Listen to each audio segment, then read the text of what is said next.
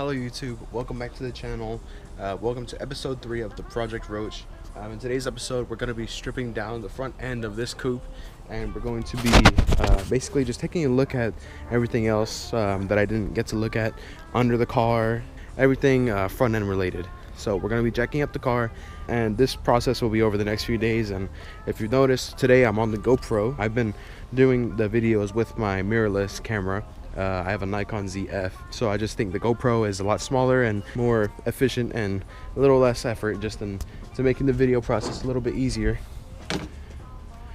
So here's how she looks on the pavement. It was a bitch trying to get it onto the pavement from way back over there where she was earlier. This car does not turn on, no power, anything on this car, so just pushing it and hauling it around was kind of tough, but we eventually got it right where we need it to be working on it. And yeah, it's a good sunset. Just got off of work, coming back just to work on her. I also got a few products. So I ordered the Sweet Patina sauce. I had a talk with a gentleman at a car show recently that had a really nice patina truck, and I asked him what his process was, and he said basically a Scotch-Brite pad, some sanding down on the rust to get all the texture off, and then about 3 coats of the Sweet Patina stuff. And so I looked into it. I think it's a trusty product, small family brand, so I'm definitely interested in making a video and testing this out specifically. I also got some trash bags, so when we're taking this thing apart, we have good label and storage of our hardware. The Scotch-Brite pad, like I said, is to be getting the texture off of this thick rust. After the Scotch-Brite pad, we'll go a little bit deeper with a quadruple zero steel wool. I've seen videos of that done as well. Some things I still need to order are a trim remover tool. I actually did some research and found that the interior, given the color codes, is actually called Academy Blue. Academy Blue. So it has the label BA. B meaning Academy Blue and A meaning charcoal. So the carpet down here was actually a charcoal color at one point in its lifetime. So ordering that off of LMR, and I'll get to repainting a lot of the panels here to their original beauty. The headliner was still something we'll have to tackle, so we'll get there when we get there, but slow steps right now. We're just going to be focusing on the interior as well as getting the panels off. Alright you guys, I'll put a little time lapse hopefully here.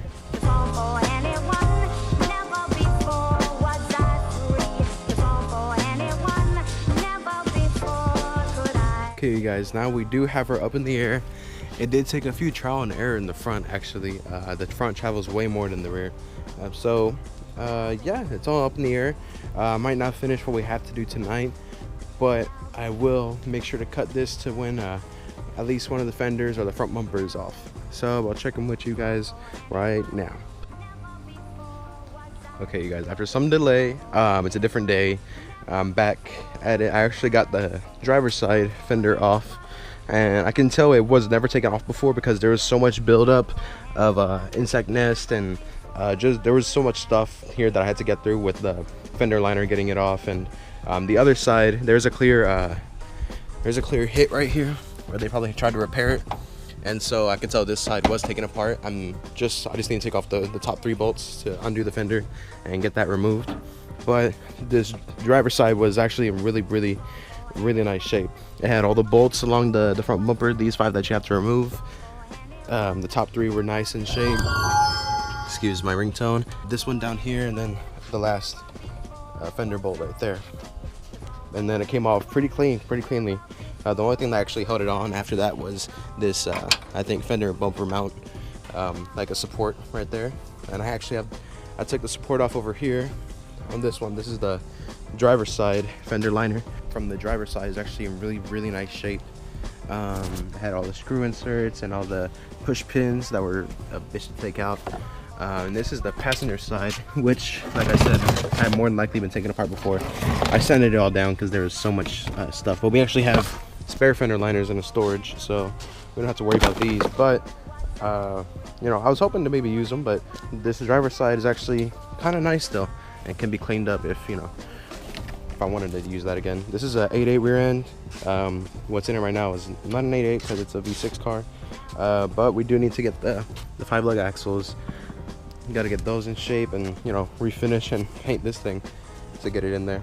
But before we do anything like interior, exterior, and all that stuff wise, we definitely have to get this engine out along with the fuel tank and the rear end. So I'm gonna get this fender off, and then we'll work on to this bumper.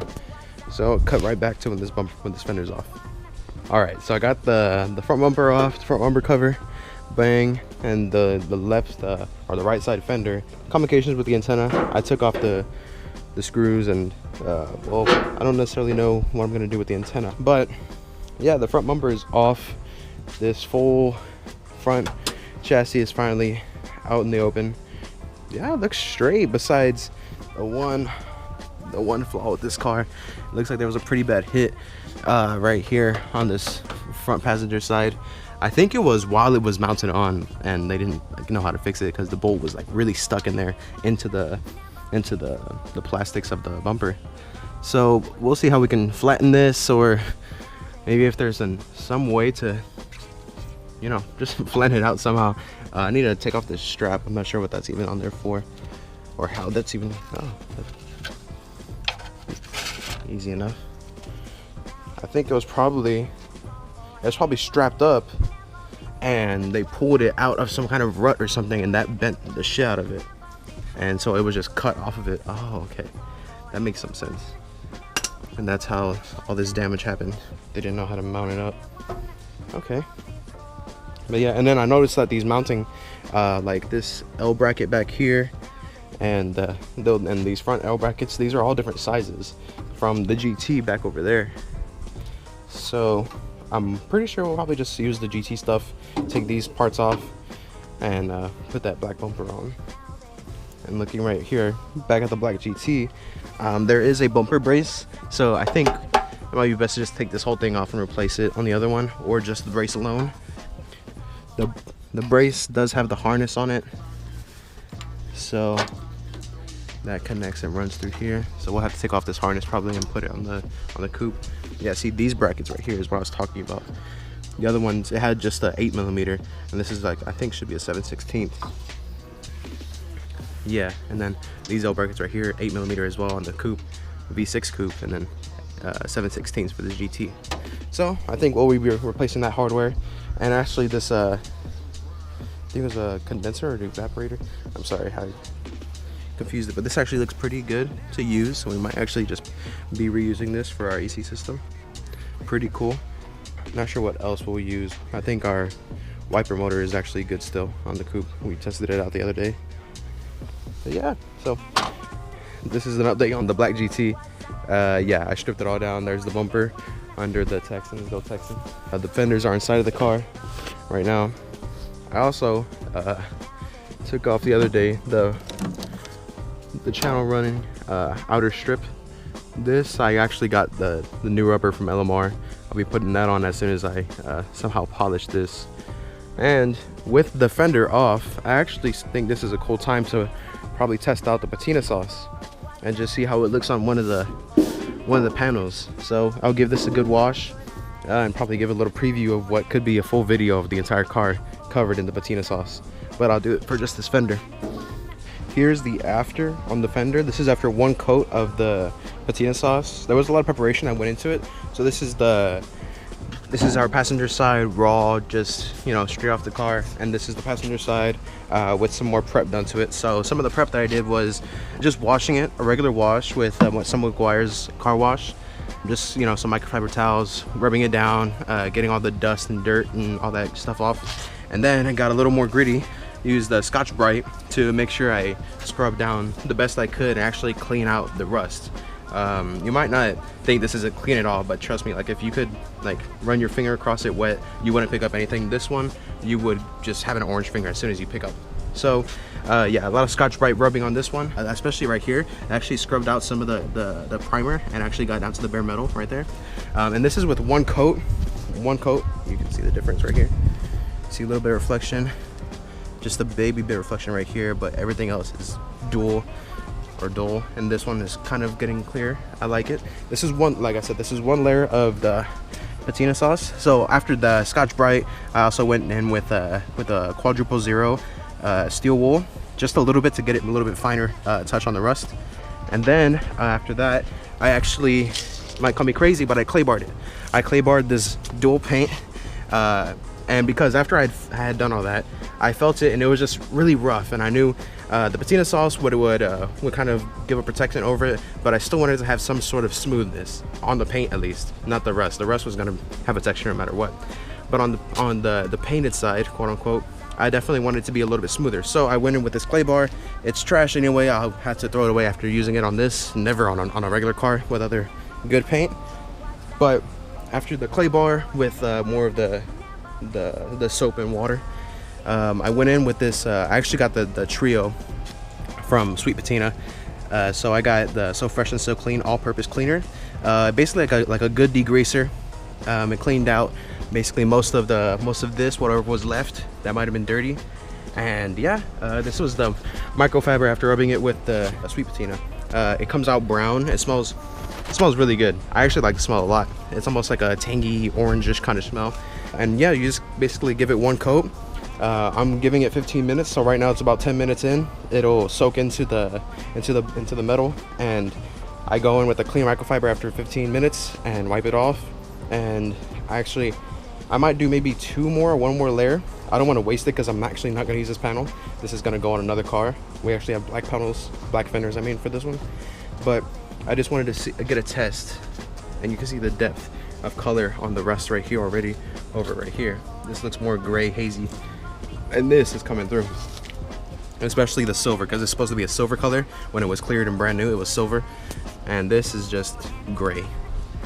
Yeah, and this was actually like a dark charcoal gray, but this is obviously gone. This was the actual color down here, but it's faded, you can see. So yeah, Sweet Patina sauce, this stuff is awesome. I really enjoy it. I've seen a lot of reviews online, finally getting to do my own. I'll have a full in-depth review, basically doing this to the entire car right here. Yeah, she needs a lot of work. Gotta basically take off all the trim, get some good cleaning products on these windows, all of the windows, get them nice and just crystal clear, and then it's, go time on the body. That could probably be a separate video, just doing the trunk alone and then putting it back on the car and seeing that one-to-one difference. This is a preview to my Sweet Patina review, you guys. I wanted to just include this little clip in here. This, I just put it right back on after treating it, this driver's side fender. And it's not buttoned up or anything, but it's just laid on here. And you can already see the immediate difference in saturation of the rust color versus the hood. This is like a one-to-one comparison right here. So this is about as good as you're gonna get in comparison for the patina sauce. Right there. Now I had the trio pack, so I had the all-purpose cleaner, the Sweet Patina, and the final detailing. But man, it really came out really nice. Really good.